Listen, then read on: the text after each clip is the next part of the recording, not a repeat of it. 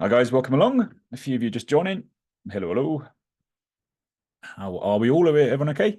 If you could just say hi in the chat panel, that'd be brilliant, just to make sure you can hear me okay and everything.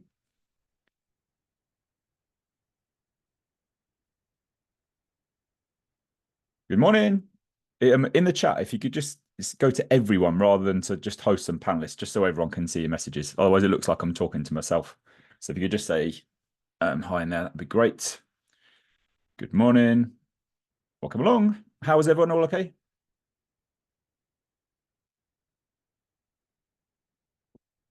Did everyone have to do the Zoom update this morning, by the way? Because both Hugo and I were just saying we got a slightly delayed because there was a brand new Zoom update this morning, which took a little bit of time. Did everyone have to do that, or was that just us? Yeah, all good, thanks. All good. Excited to get into the new case study. It's a good one.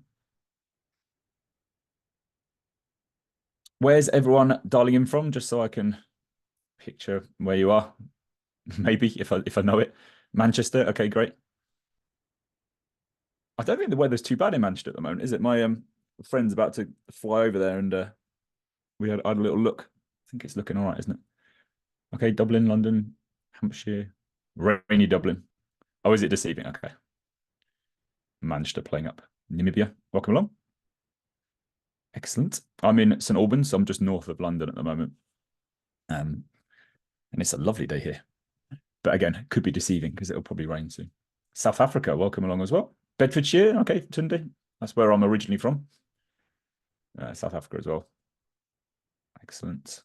Good stuff. Right, we'll just get going in a moment. A few more people just joining. Again, maybe this update is taking a little bit of time. And then we'll get going. Hopefully you can all see my slide. Can you just confirm you should be able to see the sort of holding page? Yeah, so crack the OCS so you can all see that. Excellent. So then we can work through that in just a moment. Good stuff. Okay, good. A few more people join in. My humble face. Yeah, that's it. Yeah, that's me. Brighton. Okay, welcome from Brighton as well. Got a nice geographical spread. I like it. Zambia. Welcome from Zambia.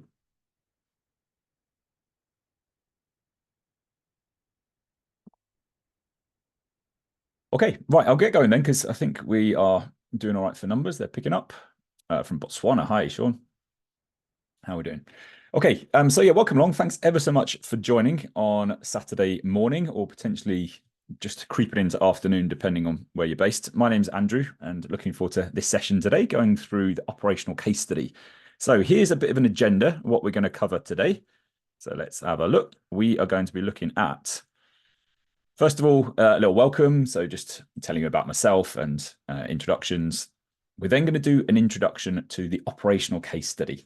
I'm guessing for quite a few of you, this is relatively new and it's a bit of a unique exam. It's a little bit different, maybe from exams you've done previously, which is great. I love it. I think it's a really good, it's almost fun, this exam. And yeah, it's a strange word to use, maybe fun for an exam, but it is great. You get emails coming through. It's meant to replicate the workplace, which is great. So I'll talk you through that, give you a few pointers, and I'm going to do a demonstration of the software as well, because a lot of people haven't seen the software when they're going to the exam, and it can be a little bit of a shock. So I'll do a little demo so you're all used to the software before you get to the exam. We're then just going to briefly hand over to Hugo at Viva, one of the co-founders, just to tell you very quickly about the courses. We're then going to get into the May 2024 pre-scene. So Canon, looking at that, going to run through some really important bits from that, things that are highly examinable and could be tested for you guys. And then we'll finish with some top tips from me. So things that you need to do. And then at the very end, we'll do a little bit of a Q&A as well. So if you've got any questions, you can ask me.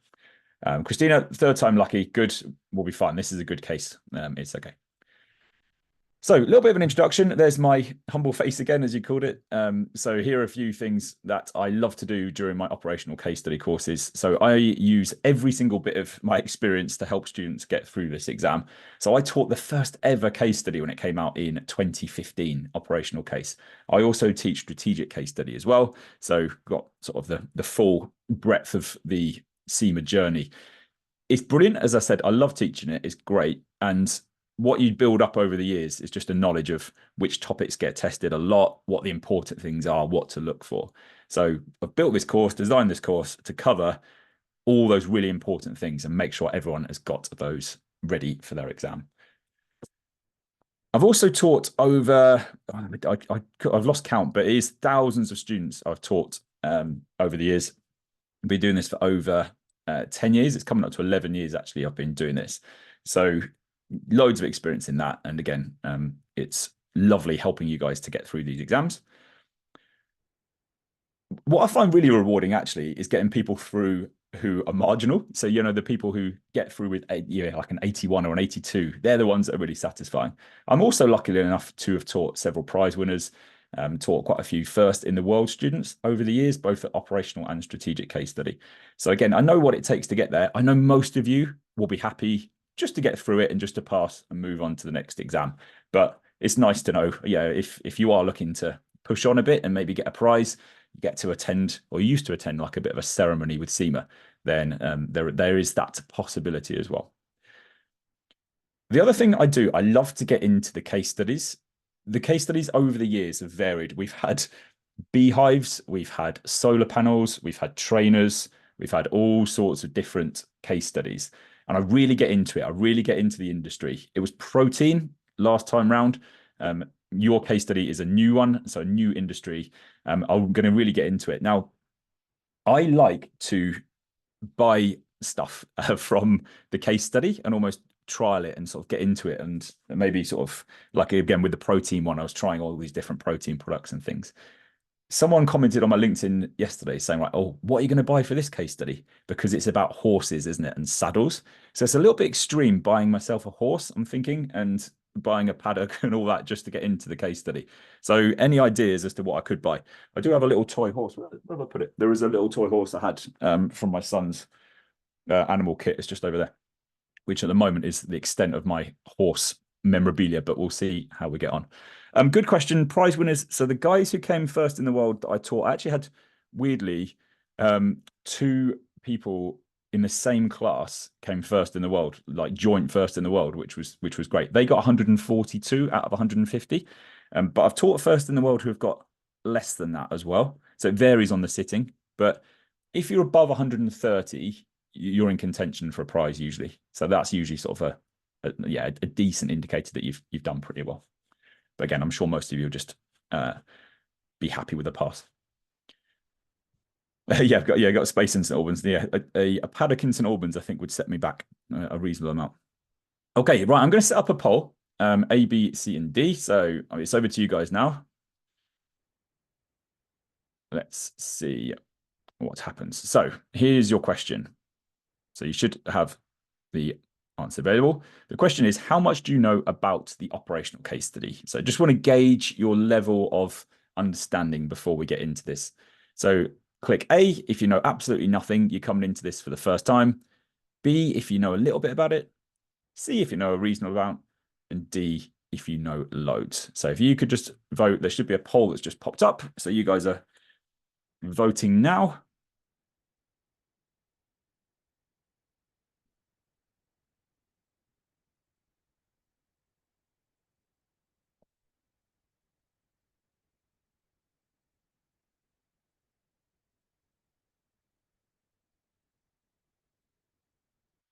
Okay, a few more just to come in. I've got a bit of a mix, actually. So we've got, if we go on that, we've got a mix of exactly the same number of you know nothing at all as loads, and then so reasonable amount and little. So we're sort of somewhere in the middle, I'd say, on average. So that's really useful. Thanks for that. So it's good to know that some of you are completely new to this, which is great. Some of you know loads about it, which is fine as well. Even you guys who know loads in this session, I'm sure there'll be bits you think, oh, okay, didn't realize that's how it works, or oh, okay, that's slightly different from how I've seen it previously, which is what we want as well. Like, we want to sort of make sure you're seeing things from maybe a slightly different angle, which is good as well. Brilliant. Okay, thanks for that. So that's useful. So we're looking at, most of you know something, I'd say, but there are a few who know nothing. That's fine. Okay, let's do a little introduction to the operational case study then. So you may be aware that there are 6 what we call core activities. Now, these are pretty much syllabus areas that are split out across operational case study.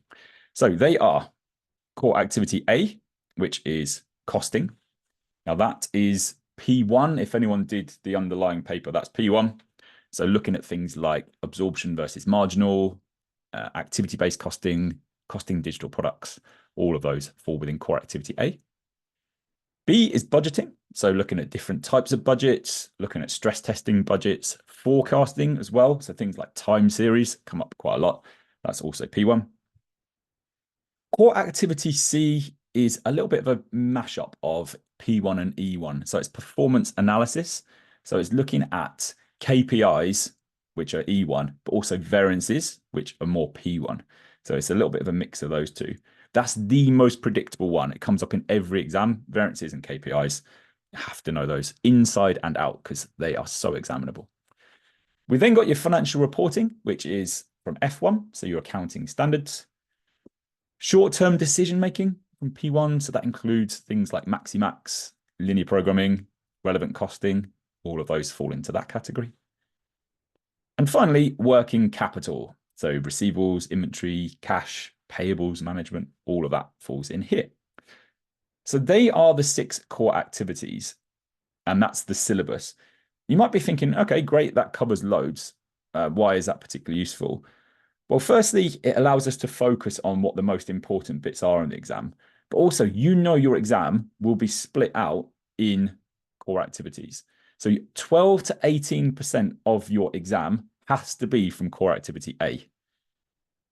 And then 17 to 25% has to be from B, and that's the same for C. 12 to 18% will be from D. 17 to 25% will be from E, and 7 to 13% will be from core activity F, so slightly lower. Now, Viva designed their mocks so that they also are within this structure. So they completely replicate the weighting that you would have within your exam, which is brilliant. So you get used to it. But all exams have to fall within these classifications. So it gives you a nice idea of the spread and the types of topics that have to come up in the exam. Right, any questions so far? Anyone got any queries on the core activities or anything like that so far? How we doing? Or if you've not any queries, give me a little thumbs up or a little smiley face or whatever you fancy. Maybe a little horse. All good so far? Tilda, all good. Okay. One question that people ask, I don't know if they get a little horse. Thanks, Christina. Perfect. One question that people often ask is, firstly, is the exam actually split out? Are the questions split out like this? And then not. So you might get a question, one bit of the question is from costing, and then part B of that question is from working capital, for example. So it's not like task 1 will be from core activity A, task 2 will be from B, or anything like that. So they do mix it up. And the other thing is, right, that's a good question. In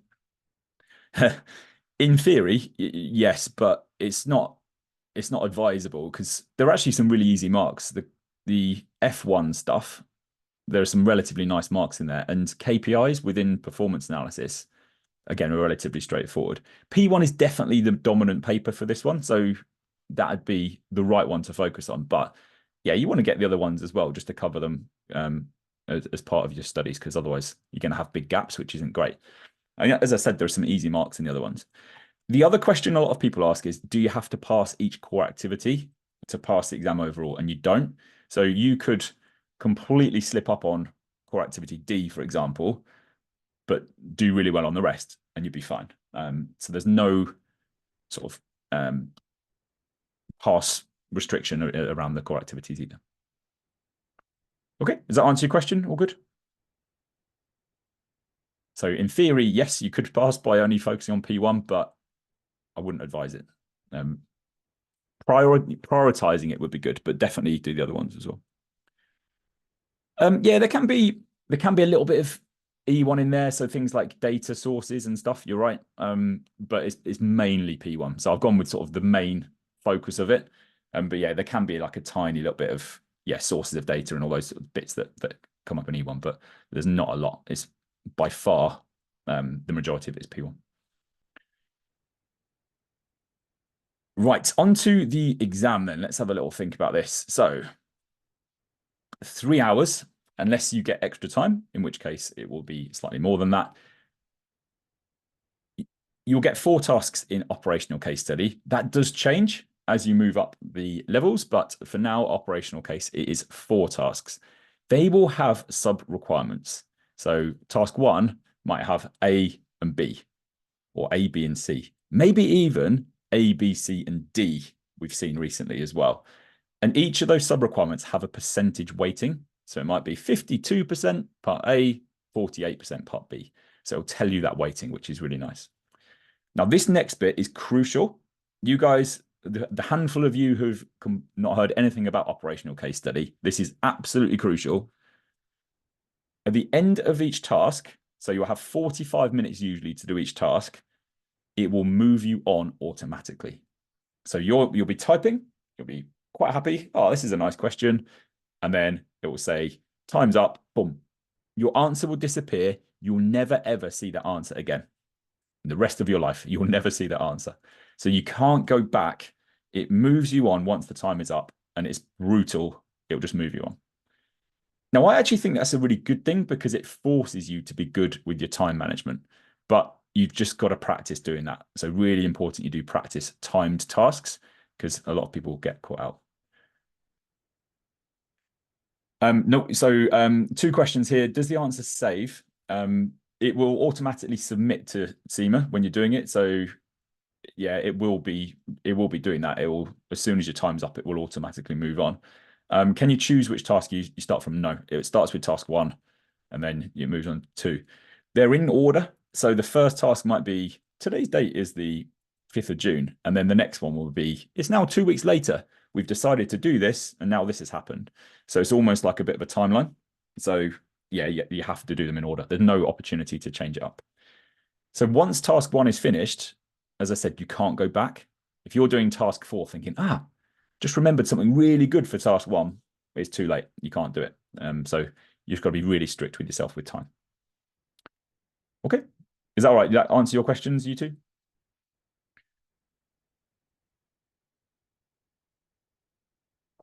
No problem.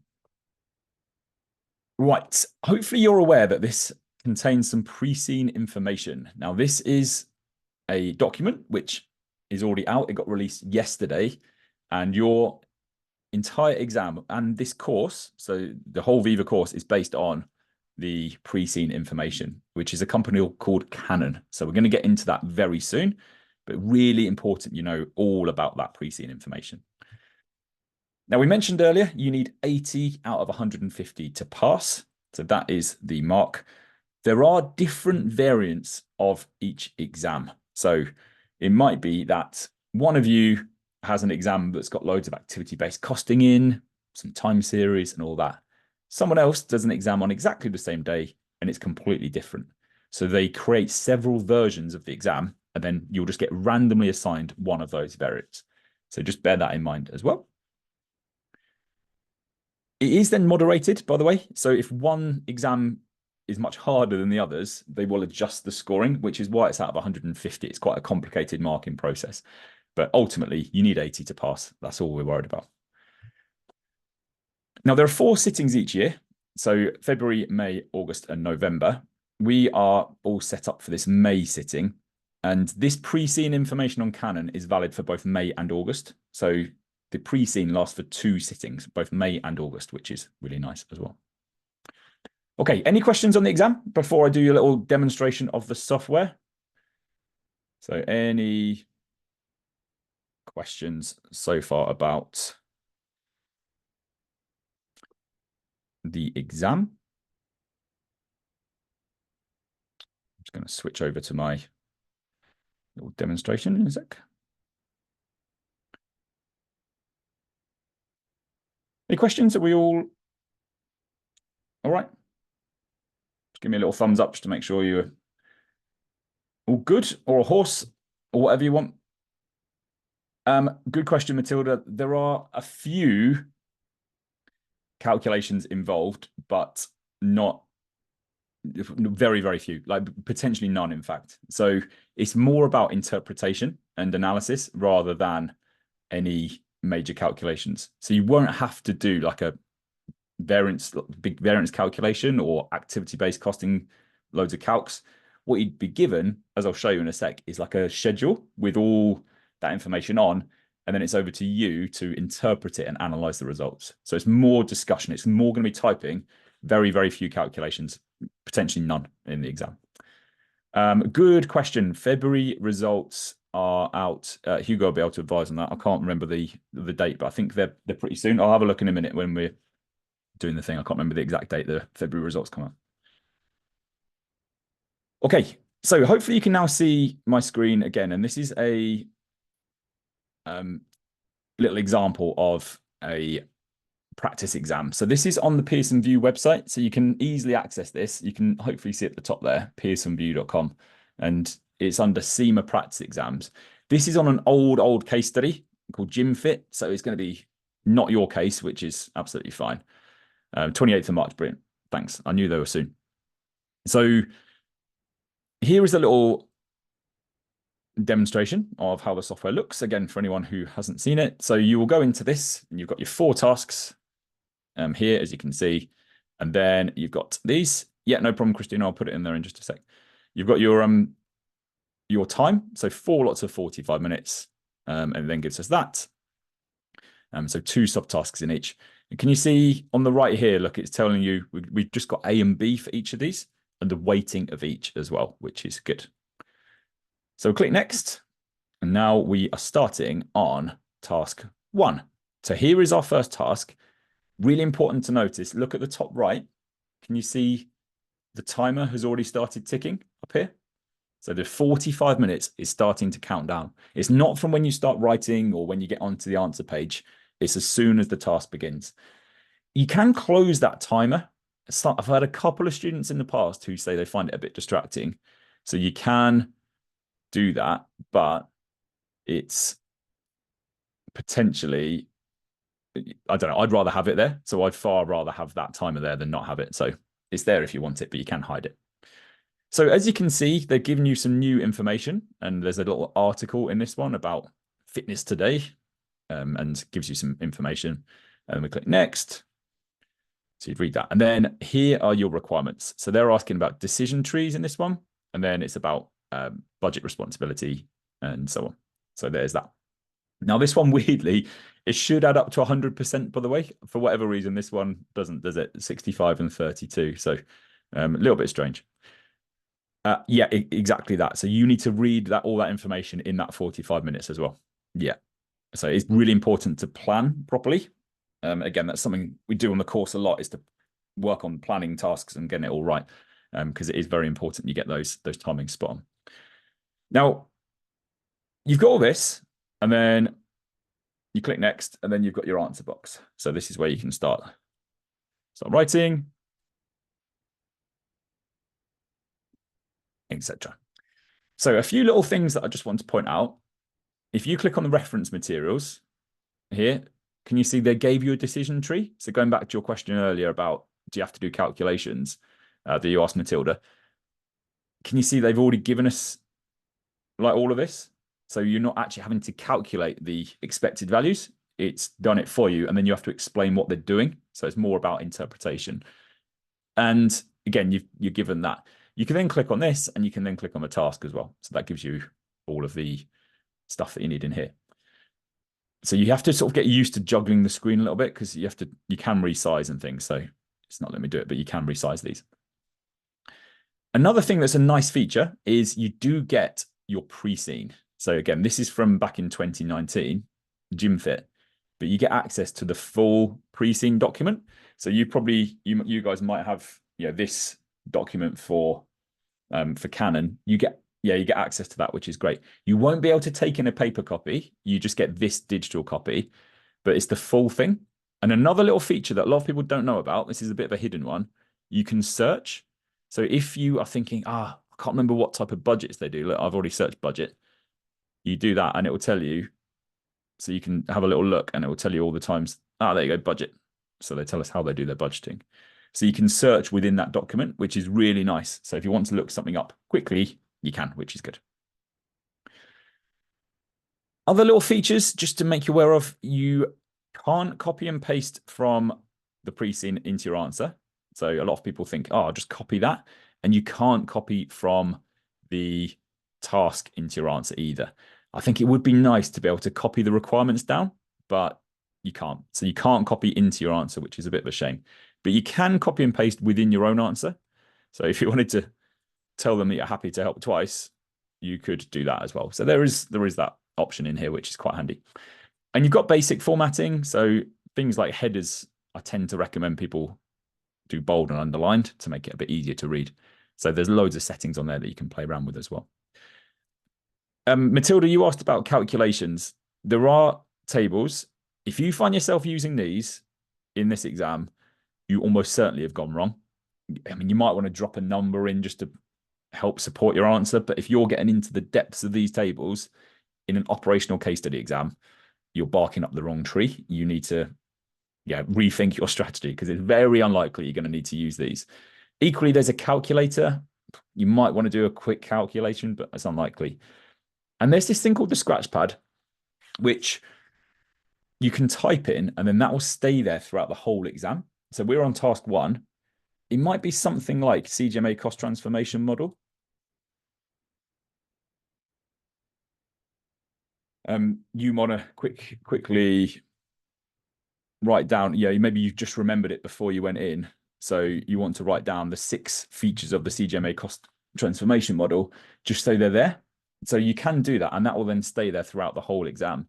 And you can copy and paste from there into your answer. So there is that thing. It doesn't get marked though, so I'm a little bit hesitant to recommend using it too much because you don't want to have loads of stuff in there because it doesn't get marked. But just to let you know, it's there if you want it. And that's pretty much it. Yeah, there's nothing really complicated about it. It's very intuitive, easy to use. I don't have any issues with it. The main thing is just knowing how you get the task up. So you click on that, you can have the task here, you can read it. As you say, Winifred, it would be lovely to be able to copy that, but unfortunately you can't. The reason is, by the way, if they allow people to copy, everyone would just copy the whole pre-scene in, wouldn't you? And they'd have to mark it because they'd have to read all of it, and people would just copy so many big chunks across. So I can see why they disable it, to be fair. Just quickly to finish up this little intro, if you try moving on before your time's up, it says you won't be able to go back. And then it says, like, are you really sure? If you click yes, it will then move you on to the next task. But there's no point in doing that. Do not move on early because all you've done now is lost all of that time. You don't get that time back or anything. You're now just on task 2. Task 1's done. So you just have to, you just then have to move on to task 2. You can't go back. So don't ever move on early. It's just making your exam harder for yourself. So not worth it. And as you said, Tunde, this would automatically move on once the 45 minutes is up. It does give you a 5-minute warning and then bonk, it's gone. You're on to the next one. Okay, any questions on the software before we go back to the presentation? Has anyone got any questions, thoughts on that before we move on?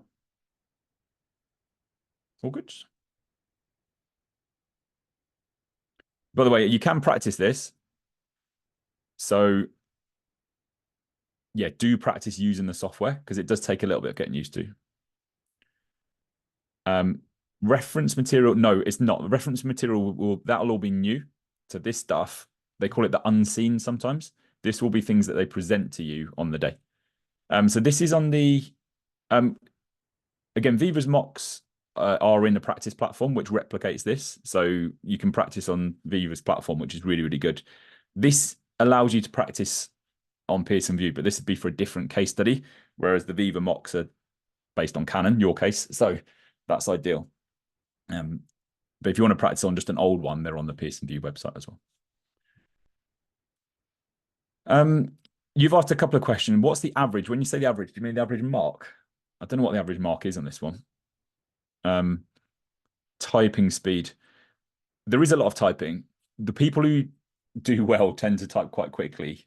I've had students in the past though I had one guy maybe 2 or 3 years ago who I taught in a classroom, and he typed with one finger. And he passed it first time. So I always think if he can pass, anyone can. He was quite quick at typing with one finger, but still, it's not the most effective way, is it? Most efficient way of typing. So yeah, I think you'll be all right as long as you're a fairly average typer. If you are slow, you just have to be a bit more concise with your points, which isn't a bad thing, to be fair. You'll be all right.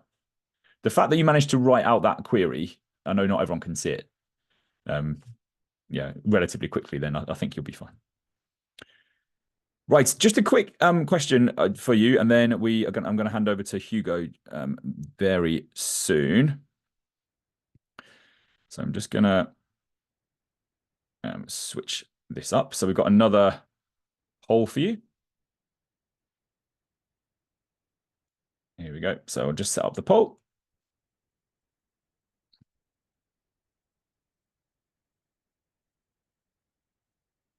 Okay, so you should have a new answer thing, A, B, C, or D. So how many marks? This is a test if you're paying attention. How many marks do you need to pass operational case study? Is it A, 50, B, 80, C, 100, or D, 120? Over to you.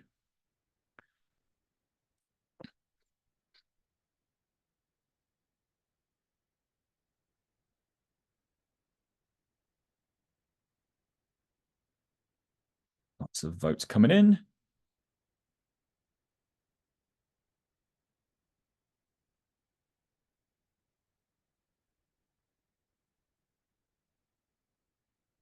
Okay, right, we will end it there. Every single person got it right. The answer is, of course, B, 80. Yeah, so you need 80 out of 150 to pass this exam. That's the mark that you'll be presented with. Anything, if you get 80 or above, you've passed, and that's all you need to worry about. And as I said, 130 and above, you're probably in contention for a prize as well. So that's the dream, isn't it? Good stuff. Well done. You've been listening, which is good. So well done. Excellent work. Okay, I'm briefly going to hand over to Hugo. So Hugo, I will make you host, and then you can tell us a little bit around the course, and you can share your screen. So if I do that, so make host, and then I will stop presenting. Looks good. Thank you, Andrew. Can everyone hear me okay? Can you hear me, Andrew? Yeah. You can? Yeah, all good. Okay, great. Excellent.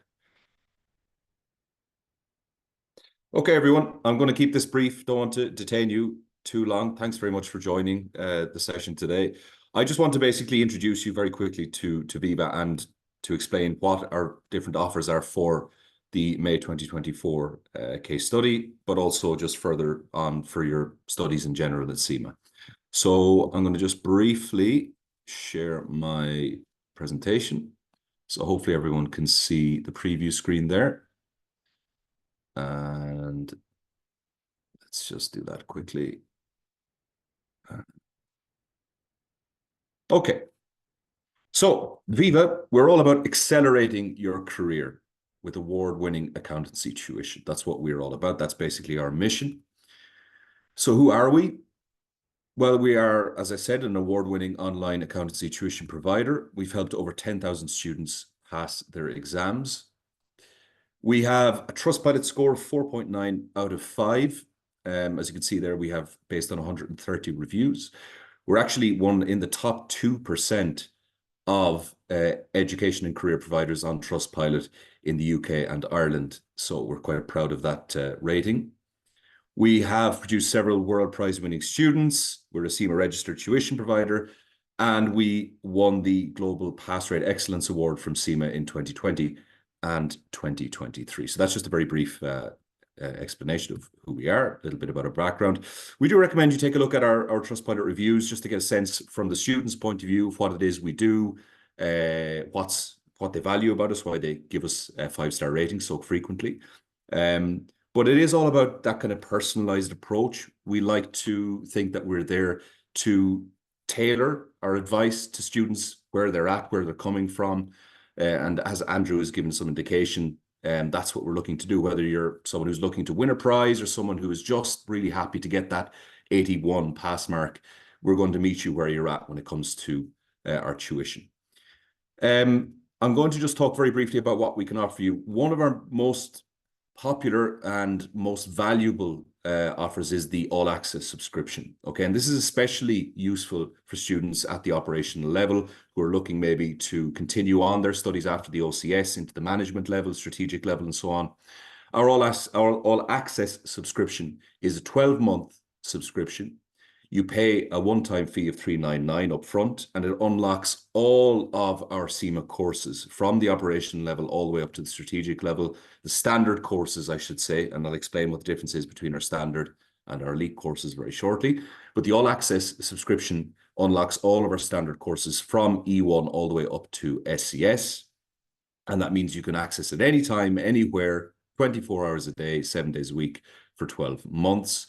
So if you're moving on from the OCS to the management level, you can choose which subject you want to do next, whether it's E2 or P2 or MCS eventually, obviously once you've passed your objective test exams. Or even if you're doing the FLP route, the All Access subscription is a really good companion subscription for that. You can dip in and out of the different objective test subjects if you want to brush up on a particular topic.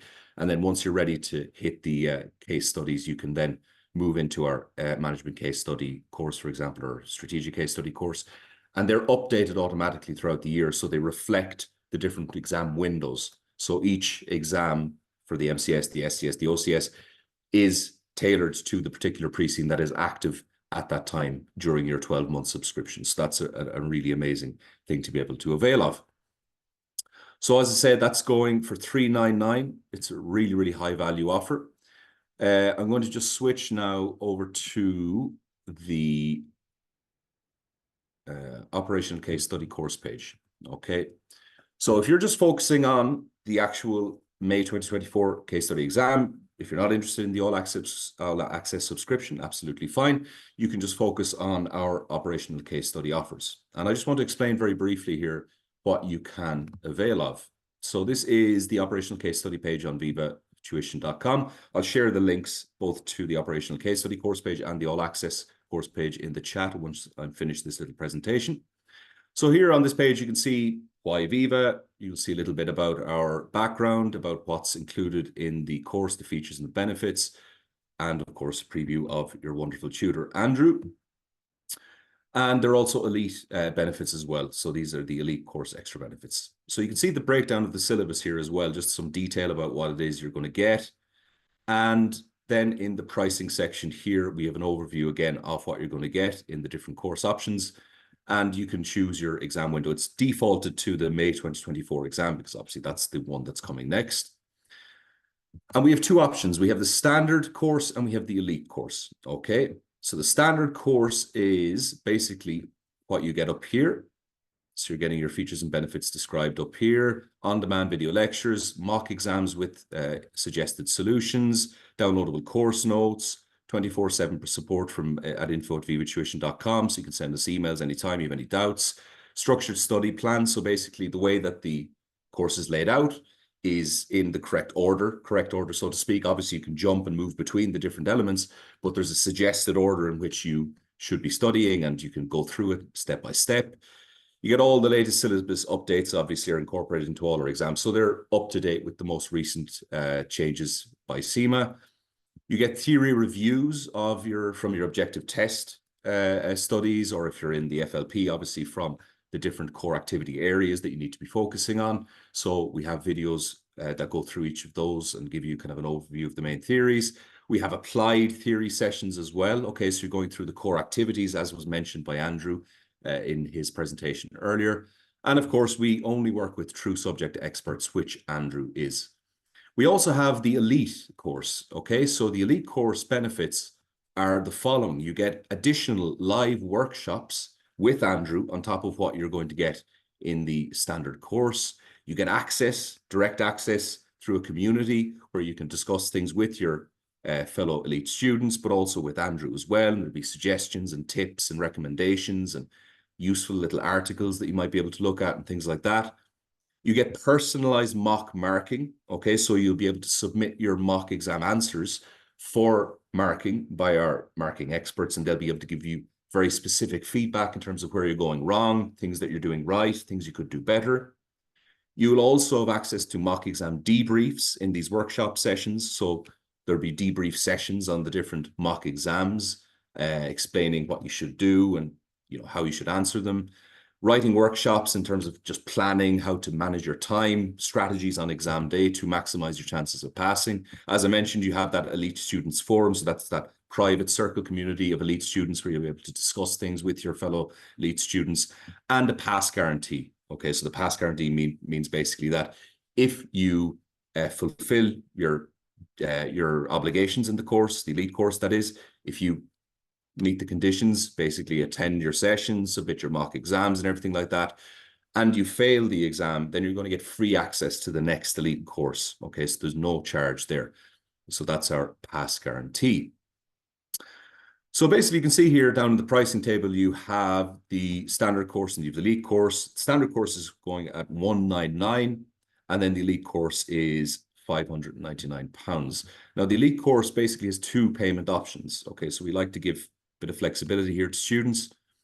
You can pay in one-time payment up front, okay, and that's the £599. So if you enroll and you want to just get that payment over and done with, out of the way, you can do so. And the great thing about that is that the overall cost is lower than if you do the installments plan. Okay, so the installments plan basically means that you pay just an initial deposit of £199 up front. And then after that, you will pay five £100 monthly installments over the next 5 months. Okay, so the idea is basically that you got to defer the payments. The downside of that is that you end up paying more overall. You end up paying $699 instead of $599. Okay, but it means you have that flexibility. You may not want to pay everything up front, or may not be able to pay everything up front, and then you can just do the deposit option there as well. So we give you those two options for the elite, and for the standard, then it's just an upfront payment of $199. Okay. As I mentioned, there's also the all access option. If you're interested in looking at, let me just move this box here so I can get this. Here we go. So the all access, as I said, is another option. It gives you that standard course for the OCS. So if you do go with the all access route and you unlock that, then you will have access to the OCS standard course for May 2024, as well as all the subsequent standard courses at the management and strategic level. Okay, so you can find the CIMA All Access here. Okay, so that's basically it. I'm going to share the links to those course pages, to the All Access page and to the operational page in the chat box. And I'm going to just stop sharing my screen now. And that's basically it. So if you have any doubts or questions about the actual course options in terms of purchasing a course with Viva, whether it's All Access, standard course, or elite course, you can send an email to info@vivatuition.com, and I'll leave that in the chat box as well. So anything related to the actual exam itself, the pre-scene, all that kind of stuff, you can address those questions to Andrew at the end of the session today. If you have more technical questions about the actual kind of course structure, or how you access the course, or payments, or anything like that, send those to info@vivatuition.com, and we'll be very happy to help you with those questions. Okay. All right, that's it. I'm going to stop talking and I'm going to hand back to Andrew. And as I said, I will pop those links into the chat box now if anyone is interested. And yeah, let me just hand back the hosting duties here to Andrew. Thank you. There are a couple of questions. I don't know if you just saw those about whether you can upgrade to elite if you're on the all access. Yeah, no problem. I mean, you can do that. You can access the elite course if you're already an all access member. We actually do offer £100 discount to all access students if they want to upgrade to the elite course as well. Okay, so if you're already a Viva all access member, you do get that benefit. Yes. So again, just no, exactly. So just send an email to info@vivatuition.com if you have anything, like any doubts like that or any questions like that, and we'll be happy to help you out. Okay, Andrew, I think you have the hosting duties back now. I think it's all good. Hopefully. Yep, looks like it. See that. Back to you. Right, perfect. Amazing. Thanks. Excellent. You go. Excellent. Okay, guys, have a great session, and we'll see you soon. Cheers. Thanks. Excellent. All right, it's time to look at your pre-scene. So this is the exciting stuff, and then we can move into our pre-scene. So here it is. You ready? Canon. So this is the pre-scene. It got released yesterday, so it came out. It's fresh, so hot off the press. So Canon is our company, and this is valid, as I said earlier, for both the May and the August 2024 exams. So this is valid for both sittings. So let's get into it and let's see what is in here. Has anyone looked at this yet? Has anyone managed to have a look at Canon yet? Has anyone had a read? So again, it's available on the CIMA website. Okay. I will share a link with you if you haven't got it yet. So yeah, it's on the CIMA website, or if anyone's on it and wants to ping a link into the chat, feel free. There you go. Oh no, they're the operational course options, but it's a good one. So yeah, it's a really good one. So I'm going to share my screen now, and I'm going to get into this. So let's do this. So I'm just going to stop showing my presentation. I'm going to go into a PDF now of the pre-scene. And as I say, we can then start running through it. So just bear with me 1 second while I share my screen.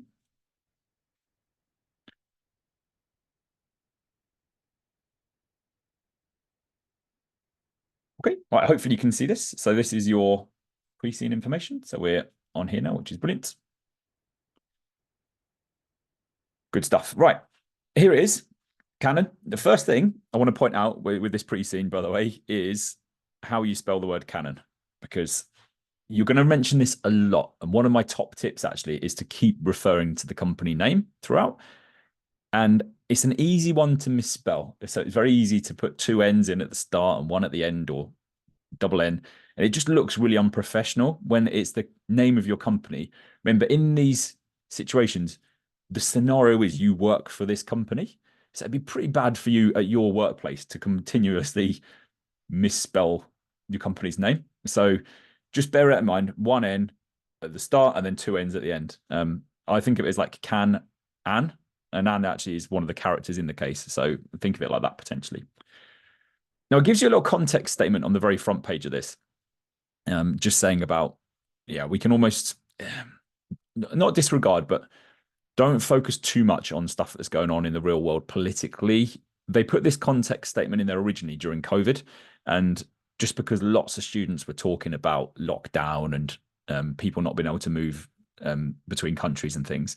So they're just sort of saying, don't focus on that stuff too much. So my general advice is don't get political about things. Don't bring in anything that's happening in the real world in that context, because it can just be a real distraction. We're almost in this pretend little world of Canon. So let's just stick with that.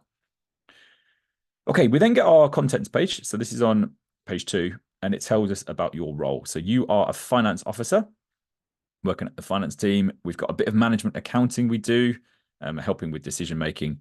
We also help with financial statements and answer other queries. All of that is standard. It's in every case study over the last few years. It tells you you're a finance officer and you do a bit of everything within the business. There'll be a bit of P1, bit of E1, bit of F1. So that's fine. Nothing too surprising in there.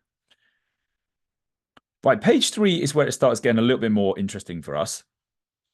So it tells us a bit more about Canon. Let me zoom in slightly just in case anyone is struggling to read it. There we go. So what Canon do, they design, make, and sell saddles for horse riding. So that is our company. Has anyone ever ridden a horse? That's my first question to you. Has anyone actually ever used a saddle? Yep. Okay. Well, great. That's good. Oh, a few of you have. Okay. Interesting. How was your saddle? Was it comfortable? Do you remember? Presumably you. Not really. There you go. I'll tell you what you need. You need a Canon saddle. That's what you needed to upgrade. Next time you go horse riding, recommend Canon and see the confused look on their face. But what it tells us then, they only make saddles. They don't make these things, bridles, which is, yeah, another thing. That's the thing that goes on the horse's nose. Now, they are known as saddle makers, fine. Really important this, they're based in Kieland, and that is in mainland Europe, which has the K dollar as its currency. Has anyone been to Kieland before? Anyone ever been to Kieland? It's very nice if you've never been, right in the middle of Europe, just there, and it's really nice. Beautiful scenery, lots of horses, quite a wealthy country. So yeah, maybe look over the summer holidays or maybe in a few months, yeah, get yourself booked on a flight to Kieland. That'd be great. Obviously, I'm joking. Yeah, they're just next to Sealand, which is a staple country from other case studies. I am joking. It is completely fictional. Yeah, Dreamland. Yeah, maybe. And there you go. No, yeah, I was just I got a few of you. Did I get? Um, it's weird, isn't it? Look, it's K dollars, which dollars in Europe is potentially a little bit nice. Some of you already planned your holiday. You've right, forget going to Florida. We're going to Kieland. Come on, kids, pack your bags. We're off to Keelan. Anyway, it tells us then some background about what they're up to. So it was founded in 1906. So that's what 118 years ago by William Cannon. So there's the name. So that's where it's from. And it tells us about what it was. Originally, look, it was for the Keeland Army. They made saddles for. And then the company remains on the original site and it has expanded over the years to incorporate production facility, inventory warehouses, and offices. Now, that potentially, the fact that they have expanded over the years could suggest that they're going to expand again in the future. So I'm going to put my little stamp there, CAD. Now, what that is, I'm saying core activity D is relevant here because that's your financial reporting. They could easily look to expand further. So you might need to think about PPE and leases. Both commonly tested, both things they could ask about. So there's a little clue there, maybe. Because they've expanded and they're still growing, yeah, they could look to expand even further. They then expanded into other European countries. They are international, by the way. And I love this little quote. They became known for its high quality, stylish saddles. That's one of those things. I'm going to put an exclamation mark next to things that are really important for you. That could be a really nice thing to quote every now and again in your exam, saying about the fact they're known for high quality, stylish saddles. And so they've got a good reputation. Now, this next bit, again, this paragraph, I'd say, is up there with the most important paragraphs in the whole case. So this is page 3, by the way. So this is absolutely key. The saddles made and sold are based on traditional designs, and they're marketed as general purpose rather than specialist. And then it says they have limited appeal in more modern markets, and the innovation and development seen in the products offered by other saddle makers, but lacking in Canon's, are thought to be the reason why Canon sales have not increased as much of those as other brands. And then the general perception in the market is their value for money. Good to know. But look, they have significantly fallen behind the times. There is so much stuff in there that tells us about where we're at as a business. So they only do they only do general purpose saddles, not specialist ones. They're not seen as particularly modern, and they are seen as value for money, but they are lacking innovation. There are so many clues in here as to what might come up. So innovation is going to be crucial. So we'll talk about that a bit more later as well. Right, they then talk about the saddle itself. So you've got this thing called a tree, which is like, yeah, the inner skeleton. That's like the structure framework. And at Canon, they're made of wood. But in other companies, they do use different materials, carbon fiber, plastic. You can even get metal ones now, like steel trees. They use webbing, which is something they use to sort of bind stuff together, and leather pieces, which then make the saddle. And we've got 3 styles, which we'll look at in a moment. And look, they tend to be used by amateur equestrians who use them for hacking and very low-level competition.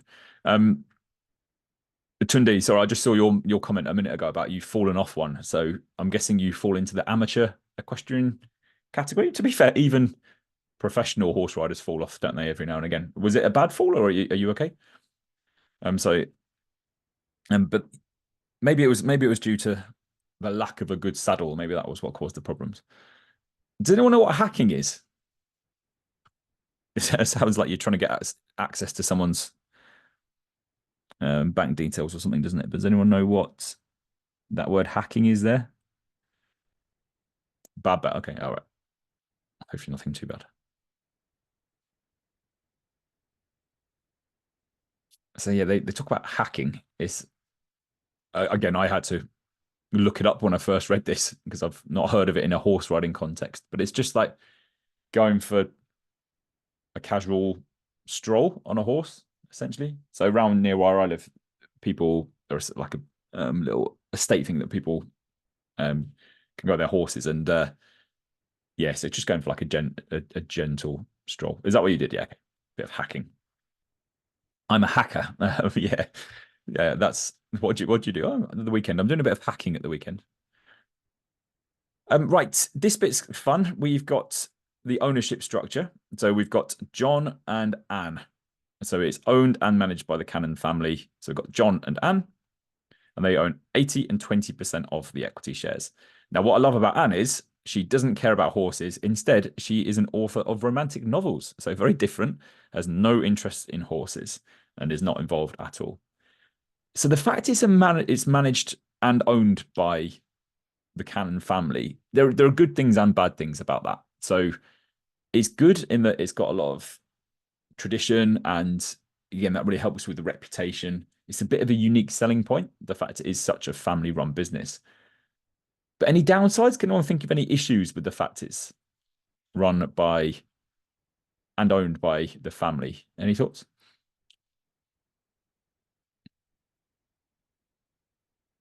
Any issues with having a family-owned business in general? Yeah, potentially lack of in. Yeah, it could be. Yeah, they might be a little bit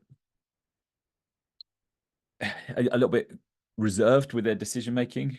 The fact it's a private business, okay. Yeah, there could be disputes. I completely agree. There could be disagreements. I feel like, especially in this case, probably more than most, we are completely, they are completely controlled by John Cannon and his ambitions, his abilities, everything. So yeah, you just mentioned corporate governance there as well. Yeah, there's no, it's all about him. Potentially conflict of interest, biased decisions. Yeah, absolutely. Especially when we then get Freya involved, which is in the next paragraph. So Freya, John's daughter, is also involved, who's an international show jumper and even represented Keeland at the World Equestrian Games. So she's really, really good horse rider. And not only that, she's also a accounting and finance graduate. So that is great news. She started working at Canon. Look, John is immensely proud of his daughter's academic and sporting achievements. Again, there's that word nepotism, isn't there, where it's people are favored because of their family relations. Well, yeah, John would be very proud. And someone there said about conflict of interest and biased decisions. Maybe she's going to get treated a little bit favorably within the business. So who knows? But he does admit, look, they've got an aging management profile and need new ideas. Yeah, true. So again, John's quite controlling. You're right, Patricia. So John's quite controlling. So may not want to delegate very much. So yeah, lack of trust of other people within the business potentially as well. So there are lots of clues in here. So lots of good things. But Freya becomes quite an important character, I think. Right, that's page 3. So loads of good stuff in there. That's a really important page. Loads of good things in there. If you guys are joining the Viva course, you get like an annotated pre-scene where I sort of write down, it's almost like all my thoughts. I can show you it in just a sec, but yeah, you can really go into loads of depth with this stuff. But I'm just giving you like the key things for today, some of the key bits. Right, page 4 is an extract from the Keeland Pony Club manual. To be honest, I'm not massively concerned about this page. It's one of those where it's like, okay, you can have a look. It helps you understand what everything is within a saddle. But this isn't an exam about saddle making. You know, this you're not trying to qualify as a saddle maker. That would be a strange, maybe branch of your career, wouldn't it? To go, actually, I'm going to go and make saddles. They're not going to say, explain the purpose of a pommel within the saddle. Again, it's not about that. So this is good for background stuff and good for you to understand the process, but I really wouldn't worry too much about it. It then does say about flocking as well and all this. And again, we see that later. Equally, page 5 gives you some nice background stuff about how saddles have developed over the last 500 years, but not massively concerned. Bit of history. There's Tunde falling off a horse. So we've got all this in here. So and look, it's just saying that it's gone back years and years, and this actually is quite a key theme about they're more and more they're understanding the horse anatomy and biomechanics. So that becomes a really important thing, again, potentially later on. And then it tells us in here, it's a little bit more focused on rider comfort. That's important. Saddles were becoming lighter and more balanced with better weight distribution. And then they then talk about different specialist saddles as well, so specialized saddles. So they're things that we could look to do at Canon. So there are a few things in there that gives us hints about the trends within the business. But again, there's nothing in there that jumps out as particularly important. Okay. Industry. This is important. And I'm going to show you some websites in a sec. I'm going to go through this page and show you a little bit of industry stuff. We will grab a quick 5-minute break in a moment just to keep you fresh if you need to grab yourself a drink or whatever. Get yourself a cup of tea. Go and buy a horse. I'll give you 5 minutes to do that in just a few minutes. But it tells us about Canon's market share. It's relatively small in Keeneland, but look, it's a flourishing market. $4 billion of GDP each year. Now, I did a bit of research on this, and again, as part of the Viva course, there's a whole video on industry research and background and all this sort of thing. And that's just a bit smaller than the UK in the real world. So just to give you a bit of context, assuming that K dollars are roughly in line with American dollars, by the way, because I've got no idea what the exchange rate is at the moment between K dollars and pounds. But just to give you an idea, it's assuming they're dollars, it's a little bit smaller than the UK. But 1% of households own horses, which is massive. And on average, 2.4 horses are owned by each household, which again is quite a lot, isn't it? So again, you can work that out and it comes out as 624,000 horses in Keeneland, which again is just below what there is in the UK. So it tells us a bit about this in here. So saddle makers typically sell to wholesalers and retailers, which is what we do. So they don't usually sell directly to the end user. So that's exactly the case in Canon. And look, riders may have multiple saddles for one horse. So that's the idea of having different saddles for different disciplines. So it tells us a bit of background about the reasons for specialist saddles. So if you want to do show jumping, you probably need one with a bit more grip. Whereas if you're looking dressage, it's about better contact, etc. So different saddles for different purposes. But also what you've got to remember is if you've got more than one horse, the saddles have to fit the horse as well as the rider. So they're quite a unique thing. You've got two people involved, haven't you? You've got to make sure it fits the horse. And there's loads of stuff in this case about animal welfare or like hints at animal welfare and making sure it's comfortable for the horse. But you've also got to make sure it fits the rider. So it's a double thing we're trying to do in here. And then it says that potentially the move to riders having specific horses for specific disciplines has meant that like it's driven global sales. So there's a little bit of a clue there. So I think that this again is a real clue that Canon might need to move into this area of specialist saddles because they don't do it at the moment, but I think it makes sense for them to do that. It then gives us a bit more industry background about different countries having it. So there's a little bit in there. Developments both in production and design. This is crucial. Production has been very labor intensive, is now seeing a move to more automated production designs. Again, core activity D could easily be relevant here because they may need to invest in new equipment at Canon in order to automate things. And then it does say that it is heavily reliant on the skilled labor of saddle makers. Now, again, that could actually be, that's quite core activity A relevant around costing. So when you look at the standard cost card, which we'll do later, a lot of the cost is made up of labor. So if they can reduce that, then that would help. And also they're looking to use high-tech materials. Carbon fiber has been used in trees, and also synthetic materials have been used in the saddles. So there is a little bit of a mix there. There we go. So that's the industry. What I'm going to do now, just before we grab a 5-minute break, is just to show you some examples in the real world of some saddles. So that's here. There we go. So this is a website called saddlesdirect.co.uk. If anyone, I'll put it in the chat panel in case anyone wants to have a look for themselves. This is a retailer, just to be clear. They don't make their own saddles. They are the UK's biggest retailer. I sound like an advert for Saddles Direct, by the way. I'm not on commission or anything. But so on here, look, you can see all these different saddles. There's a sale on. And we've got all of these here, and I'm going to show you some of these in just a moment. If we just have a look at find a saddle,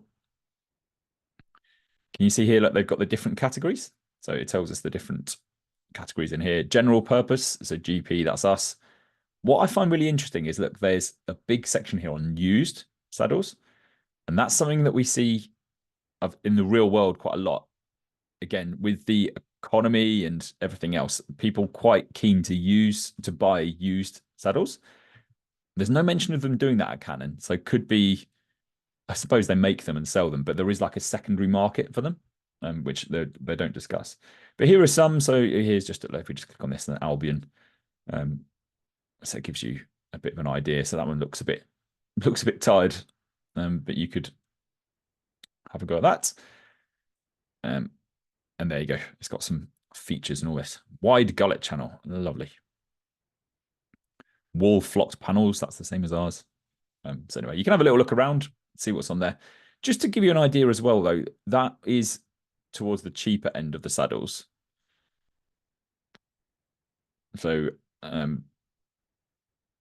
if I click on that, so these are the used ones, but there are some which go up to sort of nearer. Here we go. These are a little bit more expensive, depending on the brand. They can go up to several £1,000s, just to give you an idea, which is more in line with where we're at. So these are some of the sort of cheaper, lower quality ones. But if we go, there you go. You can go a bit more expensive. Let's try this. Oh no, I went too high with the price. Anyway, you can have a little look around, but there are some which are a lot more expensive than the ones we're seeing there. Here we go. So they look pretty good quality. All right, so just to show you a few, again, you can have a little look at those if you fancy.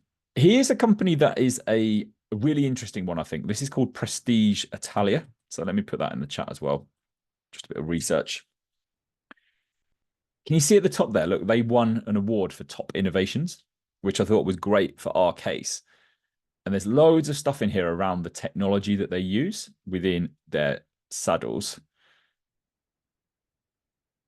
So they are very proud of this. So they've got this adaptive system, this CPS thing, X technology applied to the tree.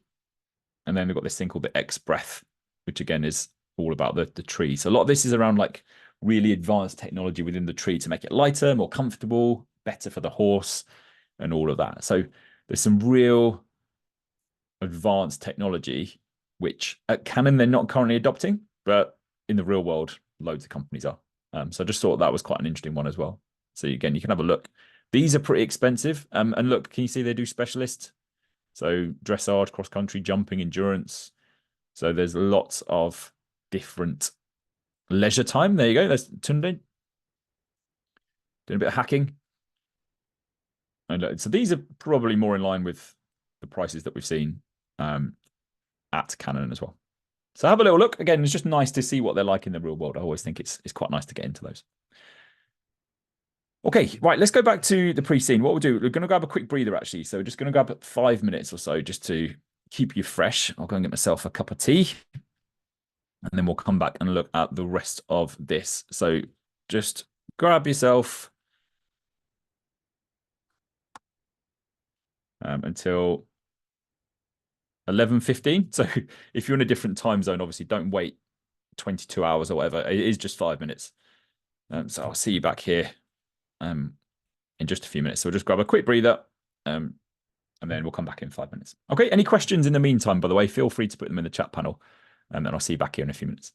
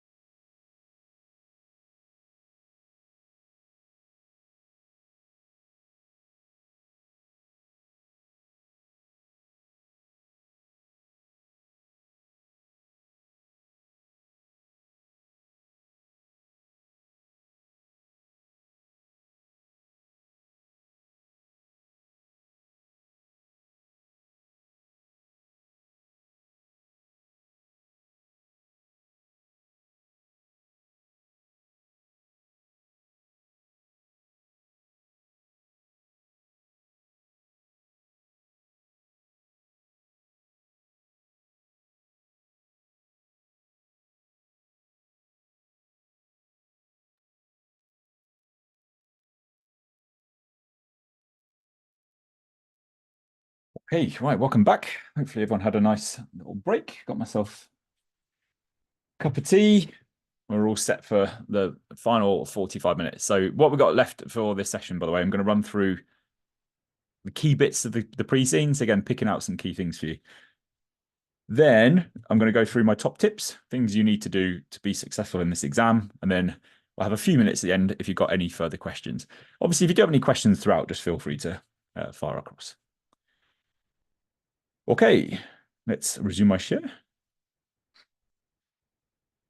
Super, right, let's and get rid of that one. Here we go. So we're on to page 8 now of the pre-scene. And this is a sales brochure. There's no mention, by the way, as to whether I don't know. Yeah, no problem. Glad you find it useful. There's no mention as to whether they have a website or anything in this case, is there? Which is a bit strange. You'd assume they would, but it's because they're so traditional and so behind the times. It wouldn't surprise me. And this is an extract from a website, but in this one, it says it's an extract from a sales brochure. So I'm a bit, yeah, I don't know. I'm not sure if they do have a website. Again, could be something that they want to explore doing if they don't. It tells us that they've got like a range of traditional saddles and designs. We know that that is the case. And then they've got 3 different types of saddle. So we've got the Astral, the Meteor, and the Comet. Do we get access to the pre-course? So is that on the thing, Ryan? I'll have a look at that in a bit, right? We'll look at that at the end if that's okay. So the Astral, Meteor, and Comet saddles. There are three here. Like so. There you go. And just to give you an idea, the Astral is sort of the cheapest model. So they've got Type 1 and Type 2 trees, which are the slightly poorer quality ones, and also leather grades E and D at Astral. So they're relatively cheap, and you can see that from the prices. The Meteor is the next one up, better quality trees and saddles. Sorry, trees and leather, and then the Comet is like the top end. That's your elite Type 3, Type A leather, $4,500 K. So that's that. So it does say that they're all in different sizes for different horses and different riders, as you'd expect. So that's our product range. Nice and simple. Only 5 products, which is great with those selling prices. So again, very straightforward, which is good. Now, there could be some really good stuff in here around budgets, by the way. So core activity B might be something that you want to think about there. Core activity C, variances. So there could be like sales mix type stuff could be relevant within here. There are loads, but there's lots of potential that this page 8 could be useful. So it's a good one to keep an eye on. We then go into the key managers. Now, I love looking at these photos. Anyone who's done a CIMA case study before, you might recognize some of these faces. CIMA clearly only bought the image rights to about, I'd say probably 12 or 15 faces, and then they use them in all of the case studies. So Rena Gomez, for example, featured in the last case study. I can't remember what her role was. And Lois Gamble, I think her face was in the last one. And then you'll see them again at a strategic level, and you think, hang on, Rena Gomez has changed her name and has now become an IT director. What's going on? But it's okay. No need for concern. It is just them using their stock images. But we are, I guess, some of the main characters. You've got John Cannon at the top there. As I said, he is the sort of dominant figure in this case in terms of owning it and managing it. 80% shareholder, don't forget. We've got Jack Newman. I ask Hugo, Hugo from Viva, who I spoke to earlier. He's Hugo Newman. So I did ask if that was his uncle Jack, but I don't think it's any relation. And then we've got Lois Gamble. Lois is a really important figure in this one, finance and HR manager. She is our boss, effectively. So she is someone that we are going to refer to a lot. And we'll hear from here quite a bit. It gives you a bit of background in all of these. It tells us about John, overall responsibility. Look at this. He insists on having the final sign-off on new designs and products. Now, that word insists caused a few red flags for me, potentially. Just feels like a little bit forceful. Yeah, maybe a bit of an autocrat. Just again, he feels like he's holding this business back to some extent, doesn't he, so far? So yeah, I don't know. It concerned me slightly, that word insist. I know this is only a made up one, but yeah, autocratic, absolutely. I completely agree. He's been there whatever that is, 36 years. So again, just feels a little bit old school. He looks smiley enough though, doesn't he? He looks friendly. But you never know. I think you're quite right. I think this is why they're still behind. I think it's because of John. It's all his fault in my eyes. Yeah, you're right. Probably it doesn't mention budgeting, but I think in terms of whether it is imposed or not, but it feels like it's probably a top to bottom. It's probably imposed, um, given all the stuff it says in here. We then have Rena. Look how long these people have been here, by the way. She joined in 1993. We've got Jack, who started as an apprentice in 1985. The only relatively new person is Ella, who joined in 2022. So she's here. I like this. She held a senior sales position for a competing saddle maker in Keyland. That is potentially a little bit of core activity D, which is your ethics stuff. Someone earlier mentioned conflict of interests, confidentiality, risk potentially. If she's used to work for a competitor, so look out for that. Yeah, you're right, Patricia. Yeah, part of the furniture, absolutely. Lois has been there since 1988. Oh, so she qualified in 1988, and then she's worked there since 1995. She does finance, HR, and IT. It's quite a diverse range of skills, isn't it? I don't think IT is going to be massive for this company based on what we've seen, but HR and finance both, yeah, quite a lot of work. So could be a bit under pressure. And also Keyland Health Service she used to work at. Yeah, capacity issues, good shout. Any ideas what we could interpret that as? So she used to work at Keyland Health Service. Any thoughts? I had a little idea about that, which could maybe something that you could refer to. The KHS. Or it could be like sort of safety stuff. Yeah, IT. Yeah, you're right. IT. You're quite right, Marion. IT could become a really big thing in this one. So you're right. It could be that she's focused on safety. I was thinking, assuming that she worked in the finance bit of the Keyland Health Service. I was just thinking it'll be public sector, the KHS, wouldn't it? The Keyland Health Service. So potentially used to working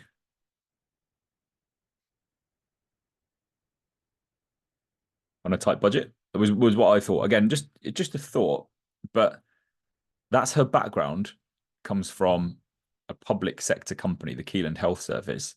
So yeah, I'm just thinking she might not be very willing to spend money. If that's what she's used to doing, she would always have been told don't spend much money. So I just wonder whether that's potentially something that's holding us back. We'll see. Smart, yeah. Well, just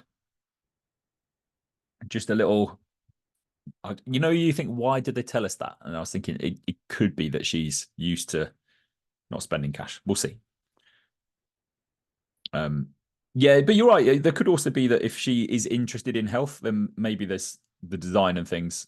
And yeah, you're right, Mina. You said potentially lack of knowledge on the profit sector. Having said that, she has worked here since 1995 now, so you'd think like she sort of got used to it. Right, here are the teams. Page 10. There's the production stuff. There's the sales team. Here's us. Here you are. Now, I think this is really important. There are only 2 finance officers. That is a really small team. And as a result, you just got to be careful, because any suggestion of switching to activity-based costing or doing zero-based budgeting or looking to launch a new product range, anything, it's worth mentioning. We need to consider capacity, as someone mentioned a minute ago. Have we got enough staff to be able to do this? We've only got 2 finance officers. Who's going to do it? Yeah, you're right. Yeah, not horses, donkeys yet. So that is a really small finance team. and Lois. Don't forget, Lois also has IT on there. It says finance and HR manager, but she also has IT as part of her responsibility. So as someone said, if they look to grow IT, she's got to do that. That's a lot of work. So I'm worried about Lois's welfare here. Yeah, stress, absolutely. I'm concerned about Lois. Again, she's got a lovely smile and she looks really happy, but just wonder behind those eyes, is she thinking this is a lot of work? Or maybe looking to change company. Maybe at some point she goes, look, I'm fed up of this. I'm out of it. Right, page 11 has loads of good information on. So I'm just going to run through the key bits. Again, I'm not going to go through absolutely everything here, but read this interview. It's a bit the way it's written. It's the most unnatural interview, I'd say, is my only thoughts on it. But there's a bit down here at the bottom which I think is really important. She says, or John says, sorry, wrong thing. There we go. That one. Is that one? There, yeah.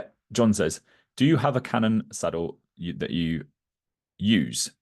And she says, actually, I do use a Canon saddle. So that's good. Well done, Freya. Excellent PR. But then she says, and at this point, if I'm John, I'm going, what are you saying? She says, I have different saddles for competing though. And these come from the brand that is best suited to the specific event and the horse I'm riding at the time. So she is out there doing an interview as someone who works at Canon, telling them, yeah, I use different saddles for specific events because those other brands are better. And then, will you become the face of Canon? Look, she recently received an offer of sponsorship from the manufacturer of one of the brands of saddles I use when competing. That's a rival saying, do you want to be the face of our company? Look, she said it was tempting. So she needs a bit of training, doesn't she? I think in terms of her public relations. And if she's going to become the main person that's pushing our brand, it's not a good look for Canon, absolutely. So I feel like Freya needs a bit of training, potentially ethics as well. Yeah, good shout. Yeah, and yeah, you're right, Patricia. Yeah, the CEO never. Yeah, potentially some insights. Yeah, yeah. You know, with sports players, sports people, they get media training, don't they? Say this, say that. She needs a bit of media training, I think. Right, for you guys, this last bit is absolutely key. Does that mean that Canon might move into the field of specialist saddles in time, possibly? And then she says, look, they've heard of Canon, but very few, because very few have them because they tend to use saddles from there. Here we go. This one. I'd like to push Canon forward to become the #1 choice for general purpose and discipline-specific saddles. That is our biggest clue so far as to what's going to happen in your case. They are going to launch a range of specific or discipline-specific saddles. Now, don't forget, there are different variants of the exam. So one of you might get that. It might not happen in someone else's case, but almost certainly in at least one variant of this exam, they will launch a new range of saddles. So we've then got to think, right, what does that mean? And again, I've designed this course to cover things that would deal with that. So we would look at things like core activity A. We'd want to think about how we'd cost those and pricing decisions. Within core activity B, we might need to look at forecasting. Within core activity C, you might want to think about KPIs for the new saddles. There are loads of things, if we launch a new range, that become really, really important from this case. Okay, so yeah, page 11, really good little quote that she wants to push us forward and launch those new saddles, which is great. Page 12, we've got a little bit around our sales. Now, they do sell internationally. So Europe, Asia, and the Americas. Only 65% comes from Keeneland.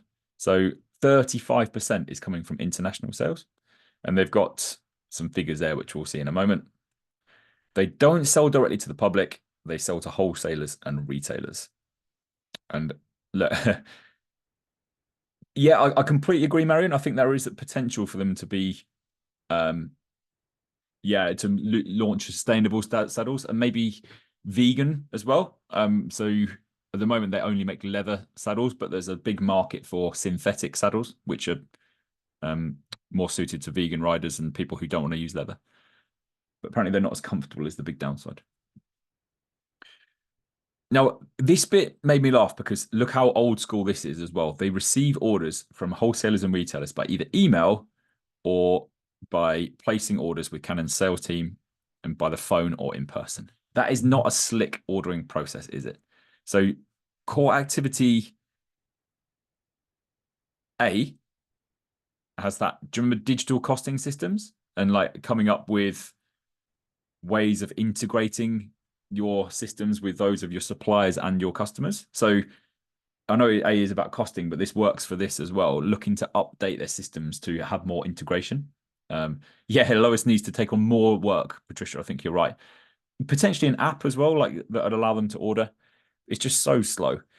And then you've got some core activity F stuff. A good question on the year. Hang on, I'll have a look at that in just a sec. Core activity F. Oh, yeah, I like that a lot. Ola. They offer credit to wholesalers and retailers between 30 and 60 days. Receivables days, if you work them out, are 54 this year. Or in 2023, there were 54, so it's within that region. And look, they've got close relationships. And by the way, look, just above it, they visit them twice a year, it says. All of them pay with on, so all of the wholesalers and retailers pay on time. But could be some issues maybe with people not paying on time. So working capital core activity F could become in there. Marian, you said no direct sales. Yeah, I think you're right. Websites, they could look to sell directly. Just because no one else does doesn't mean we can't. Some saddle providers do. Luengo, you said, should we push the idea we're in 2024? Yeah. You will. So in your exam, if I show you this quickly, if I go back, no, I was going to show you the thing. It will say in your exam, it is now June 2024, whatever. So it will mention 2024. Yeah. Yeah. You're not. It's not going to be. You are now in July 1993. The internet is starting to take off. Yeah, it's not going to be like that. You don't have to adapt to things. So yeah, it's fine to say in this day and age, in 2024, there are much more efficient ways of placing orders than phoning people or coming and visiting them in person, driving over. Yeah, brilliant. More lean. I completely agree. We'll come back to lean. It's a good shout that, Patricia, because there's lots of stuff they could be a lot leaner at. Yeah, I think you're right. Absolutely. We need to improve it. Only one production facility. So again, could look to expand. Core activity D would become relevant. This one, look at this. This is another quote. It takes, on average, 28 hours to make a saddle. That is so long. So again, so many things you could talk about that. Now, Tunda, you just said risk for the single production facility. You are quite right. Fire, flood, theft, even, because these are quite high value items, aren't they? So people, like, there's loads of risks of only having a single place. So yeah, good shout. But yeah, 28 hours to make a saddle feels so slow. And do you remember it says that you can automate it a bit? So that's something else we might just need to look at. Yes, it's really long time. Yeah, yeah, Louis Vuitton. Variances, yeah, absolutely. Yeah, good shout. Yeah, like labor efficiency is one I'd want to be looking at. But the thing is, though, that they are budgeting that it will take 28 hours to do it. So if they do it in 27, you'll end up with a favorable labor efficiency variance. They're going, yeah, look, we only took 27 hours. Aren't we quick? KPIs, I think, Ola, absolutely. Great shout. Exactly, Winifred. They are traditional in their products, traditional in their processes, and they're falling behind as a result. So they need to step up, don't they? They need to make some fairly big changes. Right, this next few bits, I'm not going to go into too much detail. Page 14, it tells you about the process. Again, they're not going to examine you on how do you cut a saddle. But one thing that is useful, but I mentioned, leather comes in these big sheets, and it tells us later, I think they're 1.5 meters by 1.5 meters. They're quite big. So they then cut them to size, And someone mentioned lean earlier. Look, the offcuts from the leather butt are not used. That just feels such a waste. I hate waste. It really upsets me when there's things just being thrown away. So when I was doing my research, yeah, brilliant. Back to variances. You're right. Some companies, some saddle companies offer other leather products. There was one saddle provider that made like handbags and wallets, purses, all of that using offcuts. So that could be a thing they do, couldn't it? Like just throwing those away just feels like such waste. So bit strange that. And then later they talk about how sustainable they want to be, but that isn't sustainable at all. Assembly, it tells you how they make them. So you can have a little look at that. There's nothing particularly key in there. Yeah, they could sell the offcuts as well. Yeah, you're quite right. Finishing. So they've got some quality checks and things like that. And then packing. So it says how high value they are. So it's really, really important. I quite like that, though, that the boxes are used by customers to then transport the saddles between events and things. So they get a bit of marketing on that, which is good. Distribution is outsourced. They could ask about bringing that in-house. So they could look to start doing their own distribution. It then tells us about our raw materials. So here are the trees. We've got the leather. Sorry, I said 1.4, 1.5 square meters. It's 1.5 by 1 is what I meant. So I'll go back up and I'll go, that's a good question. The 28-hour, I put that under the single production facility, but it still could do it because what they might want to do is invest in new equipment to help improve that time. So more automation. So core activity D is like PPE and leases. Yeah, it could develop a website as well.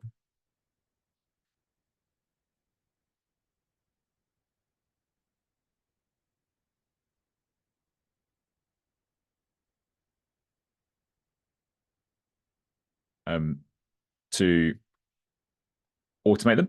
So that could be why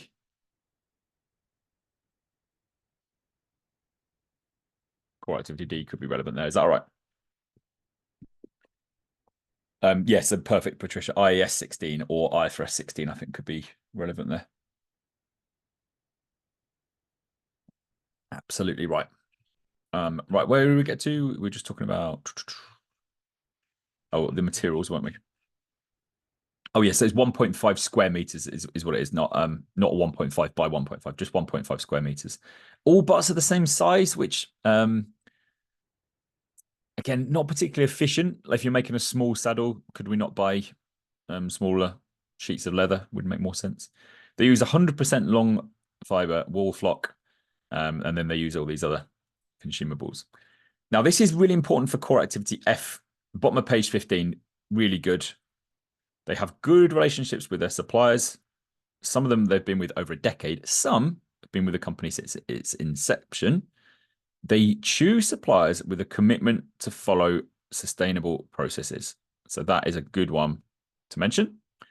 As well, they do care about sustainability. So 100% recycled packaging they insist on. And over the page, they allow their suppliers, or the suppliers allow them, I should say, between 30 and 75 days to pay. Now, we tend to pay them within 50 days. So again, we're within that range. So it's all good.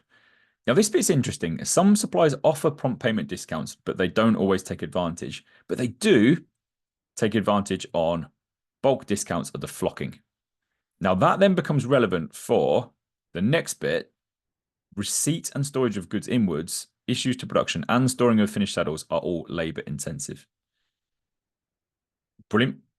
Yeah, all of this is core activity F, again, working capital management. Someone earlier said about EOQ and just in time, and I think that could be good here. Now, their inventory days, again, as part of the course, we do financial ratios, and there's a document with all the key ratios and things on, but inventory days dropped by 8. So they are actually reducing on average the amount of inventory they're holding, but it's still relatively high. So potentially that could be a reason why. And then we got number of staff. This bit, bottom of page 16 is probably up there with the most important page in this pre-scene, by the way. The financial reporting systems are not integrated. That's not a surprise, is it? And must be reconciled. Errors, fraud, like inefficiency, again, all of that jumps out. They operate standard absorption costing system based on direct labor hours with a single fixed overhead absorption rate. That cries out for a question on, should we switch to activity-based costing? So I'm not saying they should, by the way, but that is what they currently do is the most simple form of costing you can do. So all of their costs aren't going to be accurate. So potentially they could ask, especially look, the standard cost is updated for known changes in prices, labor rates, and overheads each year. Once a year, they update all the standards. And you know what it's like. Again, all around the world, inflation is, well, obviously it varies, but I'm teaching a lot of students in Africa at the moment. And I think I was chatting to them on Tuesday. I think it's, in some countries it's 35% or potentially even higher inflation rates.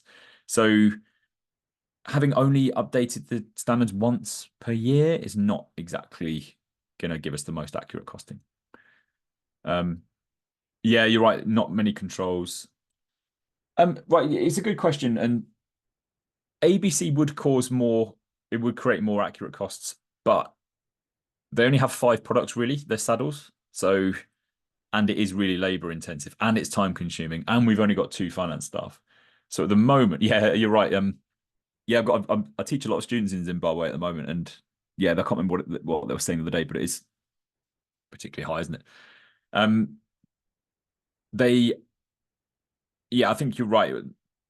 So I don't think ABC probably is relevant, but that doesn't stop them asking in the exam, do you think we should switch to ABC? So you just definitely need to revise that. It comes up loads. It then tells us record keeping is not sophisticated. That's not a shock, is it? And it does say, look, we've tried to refine the system, but they've been more about financial statements than they have management information. And then at the very bottom, they give us a nice little gem for core activity B, which tells us they currently do an annual incremental budgeting. Again, the most simple form of budgeting, which is in line with everything else.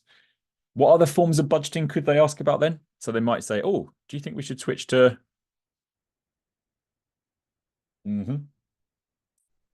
ABB, activity-based budgeting? If they're doing activity-based costing, would work. Zero-based, yep. Beyond budgeting, good shout.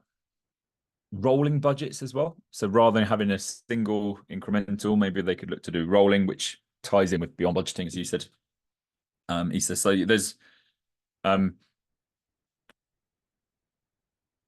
yeah, really, you're quite right, Patricia. At the moment, incremental budgets probably are okay, but again, maybe looking forward, especially if they launch a new range of saddles, they might want to switch it up and change it. Right, I'm not going to go in too much into the financials. Again, if you're on the Viva course, we do a whole analysis of this. Like I've done a whole video on that already. Don't go, what are the key things from this finance section? Right, key things. They only do standard absorption costing. They only update the standard once a year, and the budgets are annual on an incremental basis. So all of those, again, just good things to refer to and things that they might look to change. Yeah, absolutely. We've only got 2 finance officers. You're right. So the financial statements, you can, again, have a look through. Revenue went up 3%, which isn't loads. And you got the profit, which actually dropped slightly. A few things in here. Inventory dropped a bit compared to last year. Cash actually went up. Still not loads of cash compared to everything else. Fairly significant receivables balance as well. And payables are quite high. But again, there's nothing too much on there. Not at the moment, Longo. Again, on the course, we did a whole breakdown of it. I'm sure there will be if you want to do a more general video. I'm sure there'll be more. There's some advice on that. on YouTube, probably, if you have a little look. In here, this is the statement of cash flows. I just wanted to point out, have you all seen this? Sneaky little dividend. Everyone seen that? It's not little, it's $350,000. Who does that get paid to? Who's getting that 350 grand? Yeah. John and the big guy, yeah. The old man. All these nicknames for him, I like it. And Anne, yeah. No, not daughter, it's his sister, isn't it? Anne, the romantic novelist. So 80% of that goes to John and 20% of that goes to Anne. Yeah, just Anne, not Anna. Just Anna is, yeah. That's a big dividend. Look at the amount of cash they've got. They've only got 212 cash. So I'm thinking, John, instead of investing in the company and growing it and innovating and come up with new designs, he's cashing in, isn't he? He's taking out 350 grand. So that is another thing. Yeah, exactly. He's lining his own pockets rather than growing the business and focusing on innovation. So that explains potentially why we're not really going anywhere, because he's paying a massive dividend. And by the way, is laughing, isn't she? She's getting what, 70 grand? And she's she didn't even like horses. Yeah, sorry, I've painted this picture of John, haven't I? That he's a nasty old man who's bitter and he just takes money, but he's actually running a pretty successful business, and maybe he's earned the right. Yeah, exactly. But yeah, it's Anne that I think is the one she sat there writing her romantic novels, doesn't even like horses, can't stand the sight of a horse. She's the one who's laughing. Right, so we haven't got much time left. So we've got the budget. Have a little look at that. Unsurprisingly, the Comet has the highest gross profit margin. So you can see all this. This is really useful for core activity A, like, because this is like all your standard cost card sort of thing and your overhead absorption rates and everything else. And the same, this page 21 is brilliant. Love this page. Really helps you to understand the costs. And again, this is amazing for core activity A. It also tells us about the budgets, which again, I think we know most of that already. But can you see here? That's the overhead absorption rate, isn't it? So they give us the overhead absorption rate. This one only takes 27 hours. This is an Astral Type 1, which is the cheapest model. So this one is really quick to make, a brief 27 hours.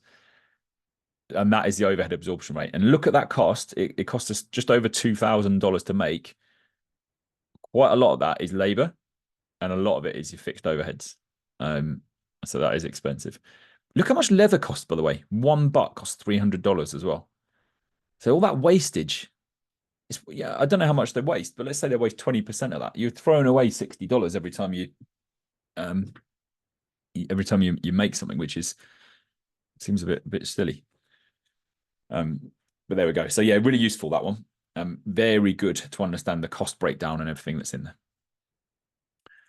The very last page, yeah, ABC could be good to get that fixed production overhead in a little bit more detail. You're right. The very last page is about tax. This is very standard, comes up in every one. Don't forget, taxable profits and accounting profits are different things. So here, they tell us these aren't allowed. You'd have to add those back.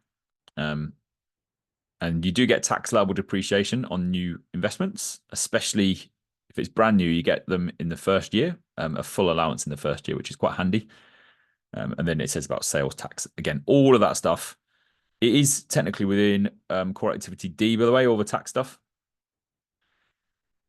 But all of that is very standard. So it's like almost a standard thing they put in every case study. So just the rules in Keeland, just in case you weren't aware of them when you went on holiday.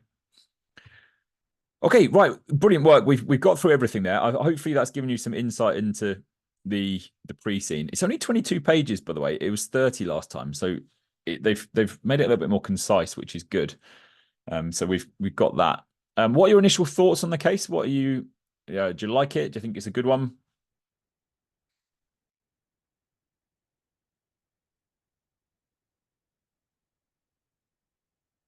Interesting? Yeah, so yeah, it's the same pre-scene for both May and August. Yeah, so and then it will refresh again for the November sitting. It's a bit different. Yeah, this is one that I've had to learn the most about, I'd say. Because I don't really know much about horse saddles. The last one was about protein, and I was already sort of quite into that and know quite a bit about it. But and you're right, Marin. Yeah. And again, yeah, if you don't, even if you don't know much about saddles, you now know enough to be able to pass the exam. So it's all good. You could do that. Obviously, you want to time it. You want to time it right, Maniba, in terms of hitting the exam at your peak. So the May course gets you ready and gets you in the right frame of mind to do the exam in May. So if you then did that, then you'd have to wait a few months and then go. So I think you're better off doing the course in the build up to the actual exam, because then you're ready. And I do loads of stuff, especially on the elite course, do loads of stuff on mindset and confidence and getting you in the right frame of mind to sit the exam and pass. So we want to make sure that that's at the right time. Okay. Right. I'm just going to share go back to my slides. I've got another poll for you. Last one for today. Yeah. Just bear in mind with this exam, they can ask you anything, and it might be, you might think, they wouldn't possibly ask about this because it's not relevant in this case. If they want to ask about it, they can do it. So it'll be there. It is recorded, this session, by the way. So if you did miss anything, you can always go back and watch it. So if you want to, if you want to recap, you can.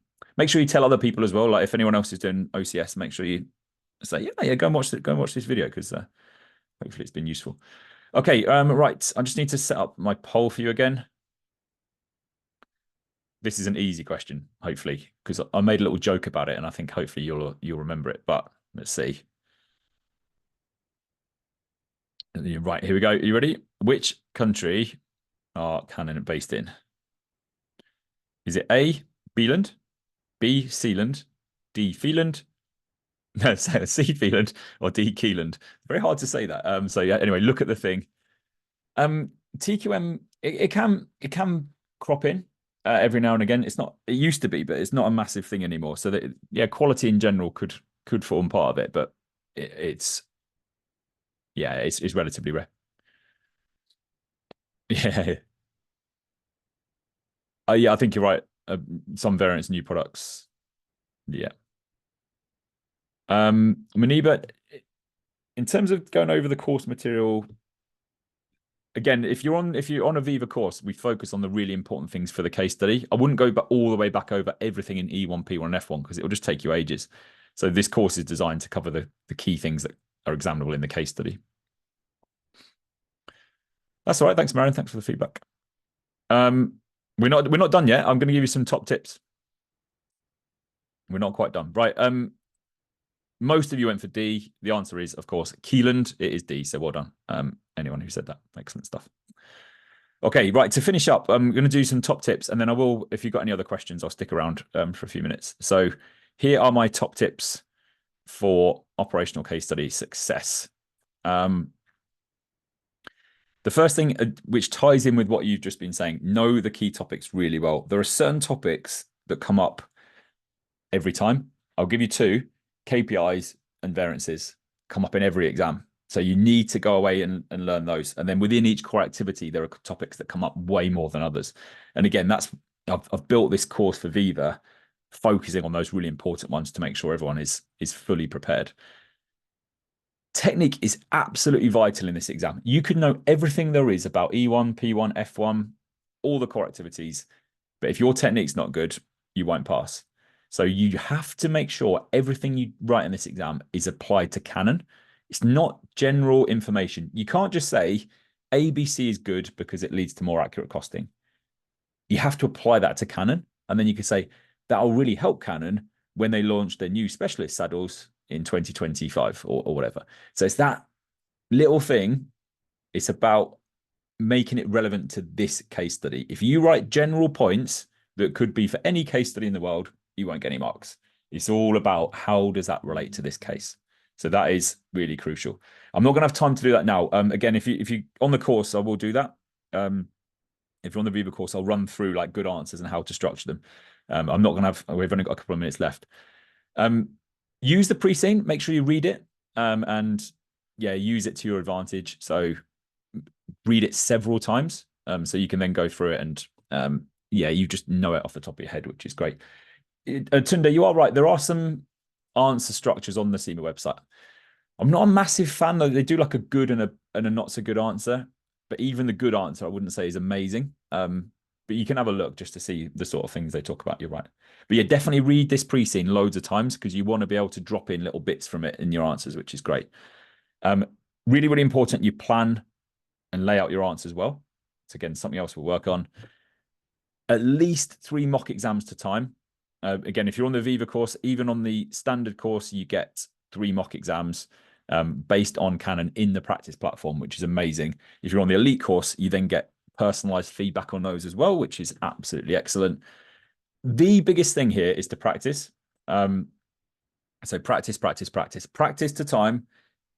Give yourself 45 minutes. It's a really time pressured exam. So you just need to make sure you are doing these to time and really making sure that you are yeah, getting that practice in for these.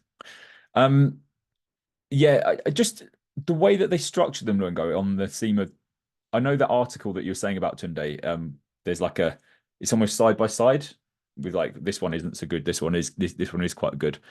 I really like short, concise paragraphs with headings and like really clear structure. And I don't think in that article they do it particularly well. So I'm always a little bit hesitant. Again, it gives you an idea, but I think they could have improved it further, is all I'm saying. Okay, the final thing, got a few minutes to mop up any other questions. So feel free to fire away. Any other questions? I feel like we've covered quite a lot throughout this session already, haven't we, in terms of answers? But the blueprint, yeah, you can, Patricia. It's got the I can statements, hasn't it? So I can do this, I can do that. They're quite generic though. So it's not like it's sort of saying I can list advantages and disadvantages of activity-based costing. It's sort of more I can apply costing principles to. So yeah, I wouldn't focus on that, Patricia, would be my honest answer. How much do you need to write to answer questions? It's a good question, and a lot of people ask it, and all I ever say is you need to write as much as you can in the time, and that's all you can do. So there isn't like a set amount you have to write to pass, but you just need to keep writing as much as you can in that time available. Everyone types at different speeds, everyone reads at different speeds, so I can't give you like a word count or anything, but you just need to keep writing. Should you plan answers on paper, then type later? Absolutely not. I'd say 100% not. You don't have time. Do all of your plans in your answer box. So everything, get it typed out, structure it and things, and then maybe write down a few keywords, and then that would do that. I wouldn't even use the scratch pad, Patricia, because that doesn't get marked either. I just plan in the answer box, because at least if you run out of time, there's something in there. You just haven't got time to do anything that isn't in the marking box. And yeah, Marion, you're right. Application is crucial, and that's why you need to practice it really loads under the time pressure so that you're ready. So are you going to populate a key? Yeah, so on LinkedIn last time I did like a key topic infographic for personal best. I can do that again. Yeah, I'll do that again for this one near the exam. Winifred, if your typing is slow, you have to be really concise with your points. So you just have to try and really condense your points and practice getting your point across and applying it within 2 or 3 lines and then moving on to the next one. You can do it. It's fine. Yeah, so you asked, do you suggest you start practicing before revising the content? It is good. There are loads of past exams on CIMA's website. They're not relevant to your case study, but you get a feel for the types of questions. And actually, going back to your question, Luengo, what would you focus on if not the blueprint? I'd do that. I'd look at loads of past exams, and they won't be relevant to your case, but it gives you an idea of the topics that come up, and you can almost imagine it. And as I said, if you're doing the Viva course, you get 3 mocks that are tailored to this case, which is amazing. They always say try to avoid spelling mistakes, obviously, but they don't worry about you. They don't worry if you misspell things. It's okay as long as they understand it. It'll be okay. You don't have time to go back and correct stuff either. Don't reread your answers. Just keep going, and you'll be fine. Did I miss any other questions? I don't at the moment, Luengo. No. About structure, not yet. Again, there are on the course, but it's all about applying it to Canon. That's the key thing. And have a look at the resources on the CIMA website, because there are some good bits on there, some little tips and things from them. I'm not sure when they'll upload this, but it should be soon. Hopefully, soon. Again, if you want, I'll flip on to the next slide so you've got the thing. So if you want to just drop the guys an email, then that's fine. Again, we'll do all that on the course. Yeah, so this is available after the session. I'm not going to have time to write out a plan now. But yeah, there'll be, again, the key thing is about having headings and making it lots of concise paragraphs. You're great. That'd be really good. Right. Yeah, any questions or anything you think of afterwards, you've got info@vivatuition.com. So you've got that there if you want. Again, I'm not sure how they're going to share it. They might email it across or maybe put a link. But if you can't find it, just drop that email address an email and they'll do that. A section on the Viva website called pre-coursework. Good question, Ryan. If you're on the course, you should do, yeah. So there might be some stuff on there. I've not looked at that bit, but yeah, you should get access, I hope. I'm on LinkedIn, so if anyone is on there, you can always follow me. I'll be putting little videos. I might try and do something horse related at some point to try and do this. So I will be putting little things. And again, I'll do like little summaries and stuff just before the exam. So it's there. Good question about sharing the link. I don't know. Viva will email it because it'll be coming from them. So I'm not sure. Yeah, Viva's got a YouTube page. Yeah. So yeah, if you just search Viva Tuition, I did a little initial overview of the case. Yesterday, actually, it went on there. So you can watch that video if you want as well. It's only 3 minutes. Okay, right, that's it. Brilliant. Best of luck with it. Hopefully I'll see some of you on the Viva course over the next few weeks. And yeah, hope your OCS goes well. Thanks a lot for coming. Take care. Have a good weekend, everyone. Cheers.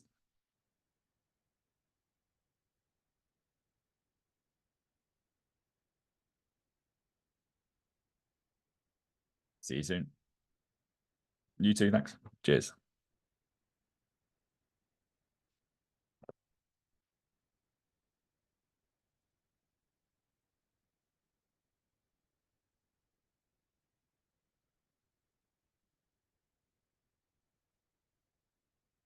Right, I'll see you later. Thanks for coming. Take care.